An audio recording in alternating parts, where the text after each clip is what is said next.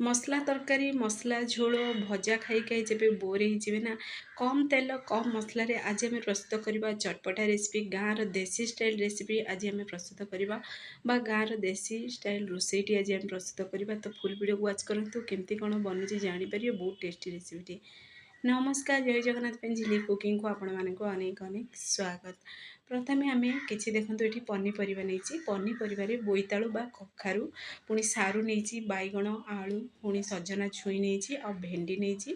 तो सबुतक देखो मुझे कटिंग करदे आ भलसे क्लीन कर धोई देवी सारू बैगण पुणी बोईतालु बा कखारु पुणी आलू सजना छुई ये देखो भेंडी किसी नहीं आ पुणी पियाज टमाट नहीं। तो सबुतक ये कटिंग कर आ सब रेडी करके रखीदी। तो ये चलते आपको आम साइड रखीदे आग प्रणाली आम प्रस्तुत करवा। तो प्रथम गोटे जान नवा तार स्पेशल मसलाटी बनैबा। तो देखो ये नहीं अल्प टिके सोरिष नहीं जीरा नहीं रसुण नहीं 10 ରୁ 15 कुला पुणी नहीं जी राग खाइबे से अनुसार शुखिला लंका ऐड करेंगे आउ अल्प टिके पियाज ऐड करेंगे। पुणी थे आम से जार ऐड कर सारा पर अल्प टिके देदेबा पानी पानी प्रथम अल्प टिके देवे किसी समय मिक्सर ग्राइंडिंग हो सारा पर पुणी थे आउ टिके पानी दे गोटे फाइन पेस्ट बनैकी रेडी करेंगे। तो ये चलतु मिक्सर आपको ग्राइंडिंग करदे। तो देखो ये आमर बटा रेडी हो सारी आम ग्राइंडिंग भी कर सारी आपको आम मसला बटा को भी साइड रखीदे। पुणी थे गोटे कड़े ना कड़े एड करदे सोरिष तेल।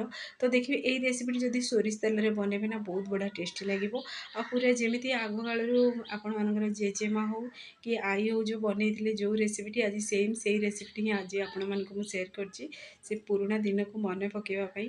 पुणी थे आम एड करदे सोरिष तेल जीरा सोरिष आपण चाहिए रिफाइन तेल भी बनई पारे।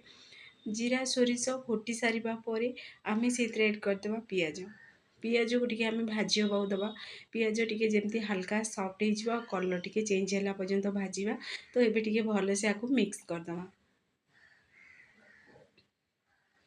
ये देखिए बनइबाटा बहुत इजी आउ मैंने खाया भी बहुत टेस्टी लगे चटपटा फ्लेवर आसो।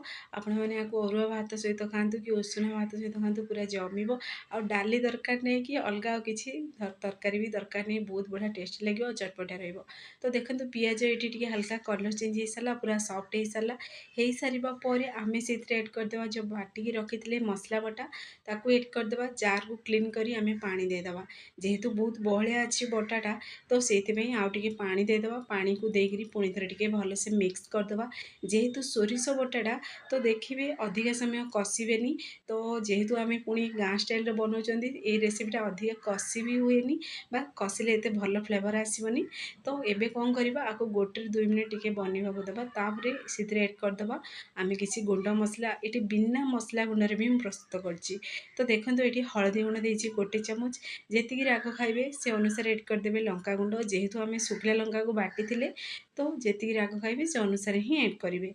तो पुणी थे भलसे टिके आपको मिक्स करदे।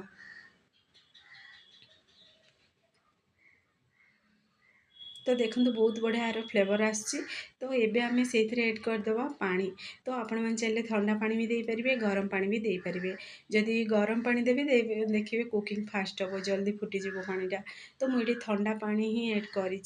तो ये आम जी आपण मैंने झोल बनवाक चाहिए जेहेतु ये रेसिपीटा टी पतला रही झोल रही बहुत बढ़िया टेस्टी लगे खावाई। तो आपण मैंने तो बहुत थर बेसर बनई किंतु ये गाँ स्टाइल बेसर बनातु देखिए घरे भी समस्ते पसंद करेंगे।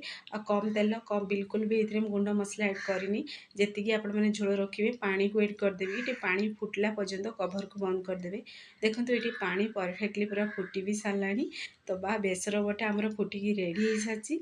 तो यही समय ऐड करदे आम पनीपरिया जेहेतु बैगण भी आम काटिकी रखी देखिए ठंडा पानी में जब बैगण ऐड करदे भलसे सीझीबनी और तार पूरा टेस्टा पूरा चेंज हो जाए। सब जेकोसी रेसिपी भी बैगणटा देखिए पानी फुटवा समय ही ऐड करेंगे। तो एबे आम से सबुतक पनीपरिया को ऐड करदे। तो आपण मानक जहाँ भी पनीपरिया पसंद आपण मैंने ये ऐड करेंगे आपण मान पसंद अनुसार। ये बोईतालु बा कखारु ये आमर गंजाम बोईतालु बोली कहते आपण मैंने कौन कहते निश्चय कमेंट माध्यम जनातु कखारु कहती कि बोईतालु कहती। तो मुझे एड कर पूरा फ्री ऑप्शनल अच्छी जेहेतु कषि बोईतालु थिला तो मीठा लगे से मुझे एड कर तो आपण मैंने चाहिए स्किप करेंगे ये बोईतालु को। तो एबे चलतु स्वाद अनुसार देदेबा लुण जी आपण मैंने तरकारी बनवाक चाहूँगी बेसर बनवाक चाहूँगी से अनुसार देदेबे स्वाद अनुसार लुण को एड कर पुणी थे चलतु भलसे मिक्स करदे।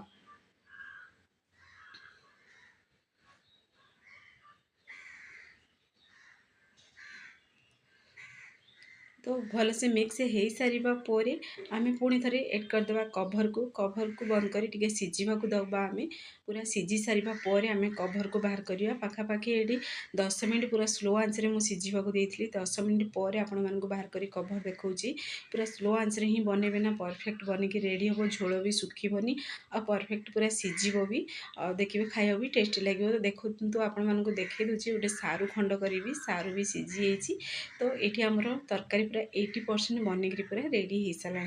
तो ये पुणी थे आम टे भलसे आपको मिक्स करदे।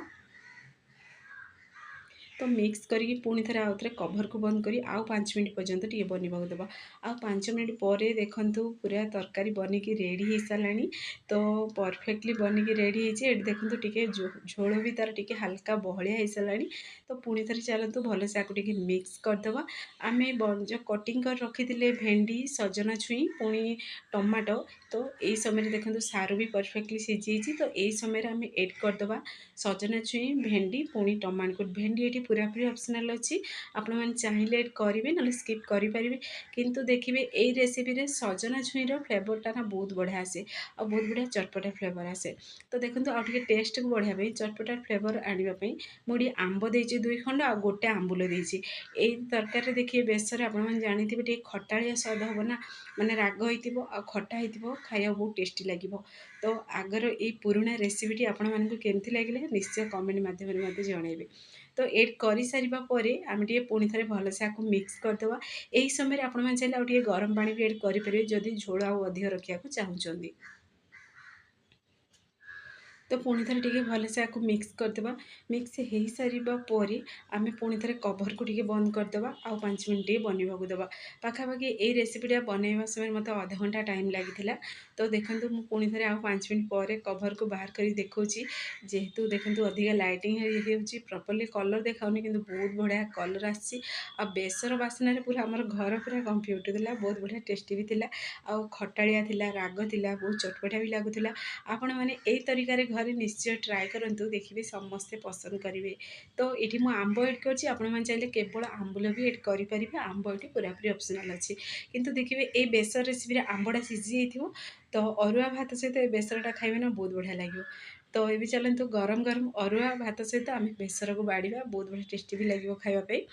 तो देखो मुझे अरुआ भात बाड़ी भी सारे आप चाहिए उषुना भात भी खाईपारे। तो ये साइड्रु 2टी पियाज खंड रखी पूरा पूरी ऑप्शनल अच्छी। तो ये आपण मानक बेसर को भी बाढ़ी देखी दूसरी केमती कौन बनी। फ्रेंड्स आपण मैंने फुल वीडियो को वाच करके बनातु देखिए परफेक्ट बनब आ बहुत बढ़िया टेस्टी लगे अधिक मसला नहीं अधिक तेल नहीं मुझे बिल्कुल भी ये गरम मसला ऐड करनी पूरा पूरी गाँव देसी स्टाइल बनईकी रेडी करछि। आपण मैंने जब ये भिडियोटी मोर पसंद आसो सांग मान सेयार करूँ लाइक करूँ चैनल जब नुआ अच्छा चैनल को मोर सब्सक्राइब कर दिंतु बेल आइकन क्लिक कर दिंतु जहाँफल मोर सब वीडियो नोटिफिकेशन प्रथम पहुँचो मुझे इजी इजी वीडियो नहीं आसबि आपण मैंने देखिए घरे निश्चय ट्राए करूँ। तो कौ जिलूर देखुं ना मत निश्चय कमेंट मध्यम जनातु मत भी खुशी लगे मो वीडियो केते दूर पर्यंत पहुँचुची आपण मैंने देखिए घरे भी निश्चय ट्राए करूँ और कमेंट मध्यम मत जनवाक जमार भूलुनि। तो देखो ग्रेवीटा भी बहुत बढ़िया है आ बेसर बास्ना भी बहुत बढ़िया आस देखो केते बढ़िया पूरा देखु देखु ही जानीपे के स्वादिष्ट भी बनी थी रेसिपीटी सहित भेंडी भेंडी को सब ये सुर्सिक खाइबा ना बहुत बढ़िया टेस्टी लगे। तो आपण मैंने भी घरे निश्चय ट्राए करूँ केमती लगे कौन मत कमेंट मध्यम जनइबे। उषुना सहित खातु कि अरुआ सहित खातु देखिए बहुत बढ़िया जमीब ये रेसिपीटी जदि छुआ मान बनाऊँ एमती तो बनले छुआ मैंने खाइबे ही ताले राग टे कम कर बनइबे तो आहरी बढ़िया टेस्टी लगे। तो फाइनाली आमर बेसर रेसिपीटी विलेज स्टाइल बनिकी रेडी हो सारी। तो आपण मैंने घरे निश्चय ट्राए करूँ केमती लगे कौन कमेंट बॉक्स में कमेंट करूँ से पर्यंत रोची पुणी एक नुआ रेसिपी नहीं आसबि।